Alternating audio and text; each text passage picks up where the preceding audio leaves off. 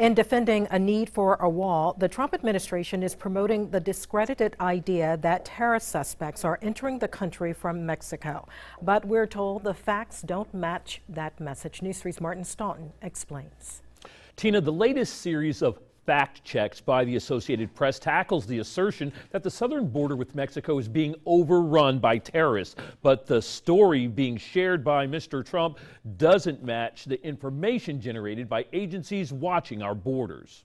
This is a look at the wall President Trump wants to build to stop an alleged tide of terrorists from flowing into the country. But a report from the State Department in September found, quote, no credible evidence indicating international terrorist groups have established bases in Mexico, worked with Mexican drug cartels, or even sent operatives through Mexico into the United States. It goes on to say when it comes to land crossings, Canada has more often been the source of terrorism suspects entering the U.S., though not in great numbers. The majority of people who arouse concern try to enter by air. We asked people if they think we need a wall. I absolutely do not think we should build it. I think we should put any money that we have in the government into the infrastructure that we already have that's falling apart. They'd spend money in a heartbeat to send a man to the moon, but they won't try to protect this country.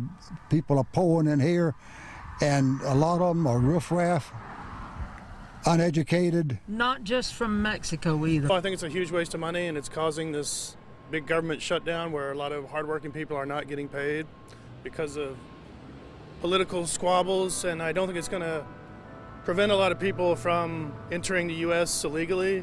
The fight over the border wall generates some strong opinions, whether people are for it or against it. But one thing people do remember is the president's promise that they would not only build this wall, but that Mexico would pay for it. I remember that. I'll tell you, one way to sort of meet in the middle there would be to have the Mexicans do the labor. Should we build it? Should we not build it? Not build it. It's a waste of taxpayer money.